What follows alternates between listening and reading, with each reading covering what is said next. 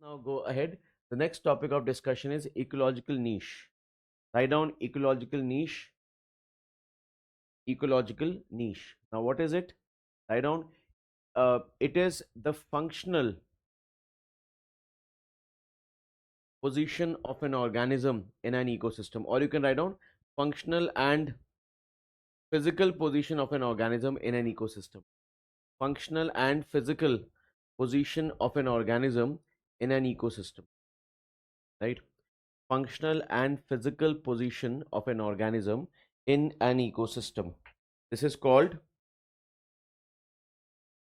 ecological niche, right? Functional and physical position of an organism in an ecosystem. Now, see, what is the meaning of functional and physical? I often give this example to make people understand the meaning of ecological niche. And I've been giving this example since the beginning itself. Students, if I ask you to compare a lion and a tiger, if I ask you to compare lion and a tiger, then students tell me something. Where will a tiger be found? In the forest? And where will a lion be found? Grassland ecosystem. Of course, it could also be found in a forest, but grasslands are areas where tigers generally are found to be living. Sorry, lions are found to be living. When you compare the behavior of, see, we consider both of them as similar animals, right? We consider both lion and tiger to be very similar to each other, right? We consider that they both are the king of the jungle and such. But if you notice their behaviors, it is very different from each other. Like when you look at lions, lions are always found to be living in a group. What do you call the group of lions? Pride. Lions are always found to be living in a group, guys. They are always found to be living in a group, right? They always, protect each other in that group. We call it the pride. And usually a male lion is a head of the pride, taking care of the entire pride, right? But if you look at tigers, even though they look similar to us, tigers on the other hand, they happen to be found in forest, and you will see tigers are generally found in solitary. They are found alone, right? They are loners. They live in solitary, they attack in solitary, right? And they survive alone, guys. That means a lion by nature is a solitary animal. A tiger by nature is an animal that lives in groups. 2 points. Then, guys, if you talk about the nature that they have in terms of survival, you'll be surprised to know both of them are considered to be the king of the jungles, but their instinctive reactions are very different again. Like, for example, if you come across a lion generally is not a good hunter. All of you guys probably have seen, or if you have seen some YouTube videos or in National Geographic somewhere, you will notice that it is the lioness that always goes and hunts. Lion never goes and hunts, right? Lion is often considered or is often treated as a very poor hunter, right? But an exceptional fighter. The purpose of lion is to protect the pride. Whenever the pride is in danger, the lion steps forward to protect it. That means the lion is a perfect hunter. Oh, sorry, it's a perfect fighter, but maybe a poor hunter, guys.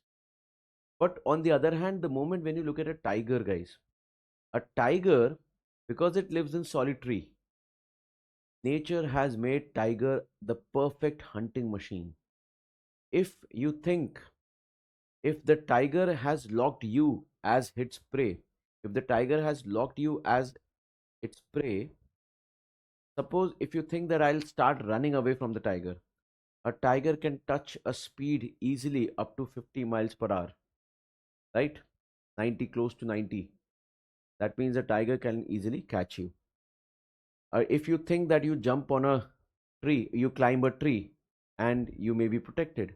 A tiger can climb up to 18 feet. 18 feet, I'm saying. That too with a single effort. With a single grip, a tiger can climb as high as 18 feet.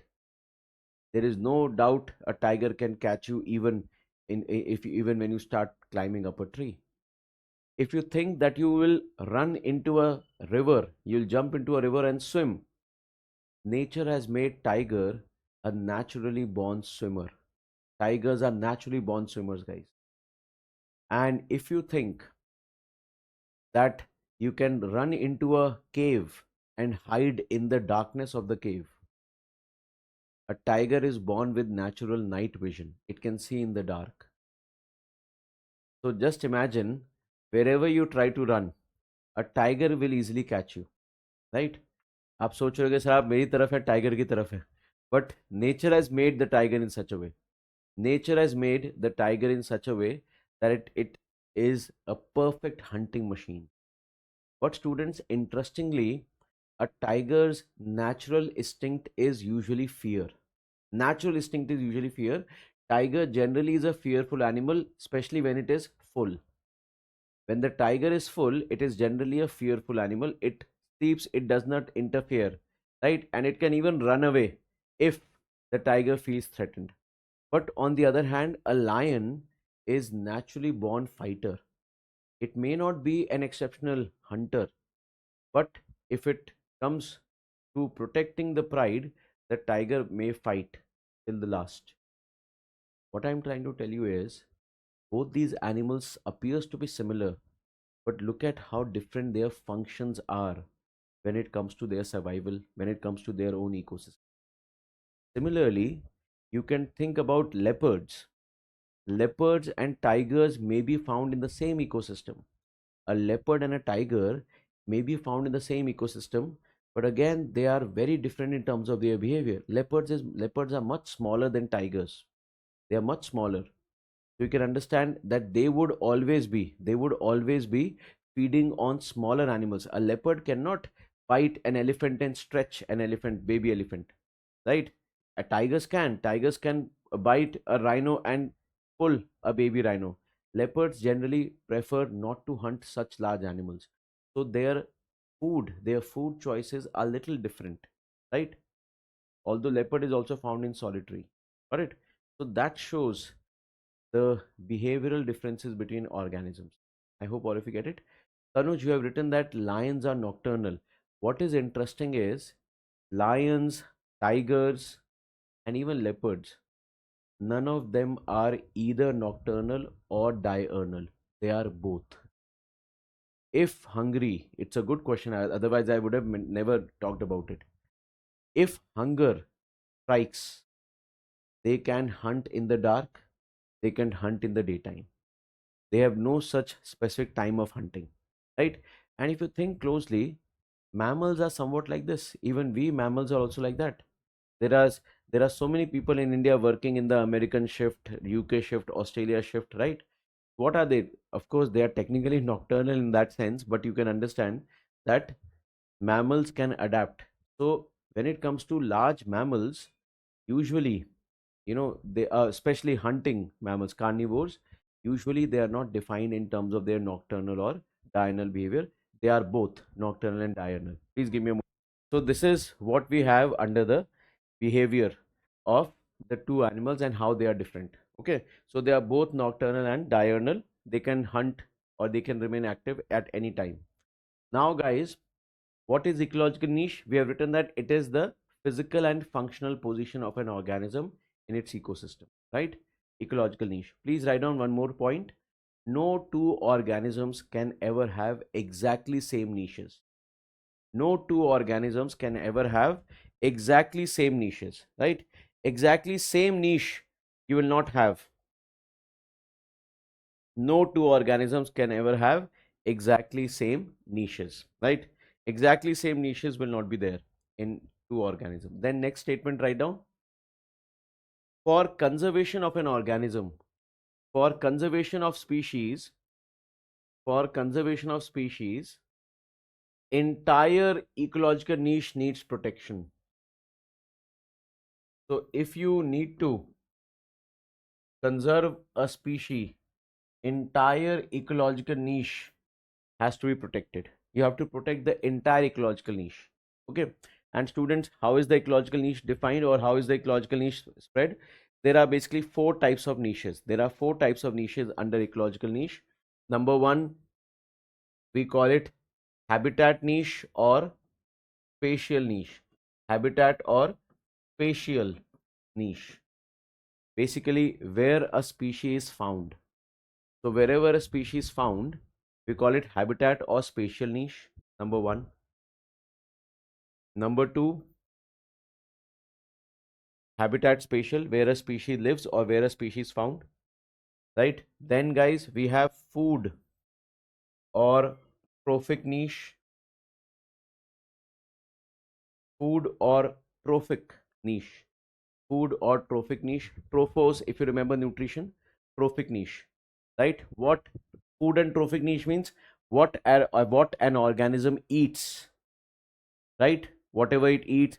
Some organism, if you talk about microscopic organisms, decomposers, they would not be eating anything. They would be simply secreting enzymes on the complex matter, and they will break down.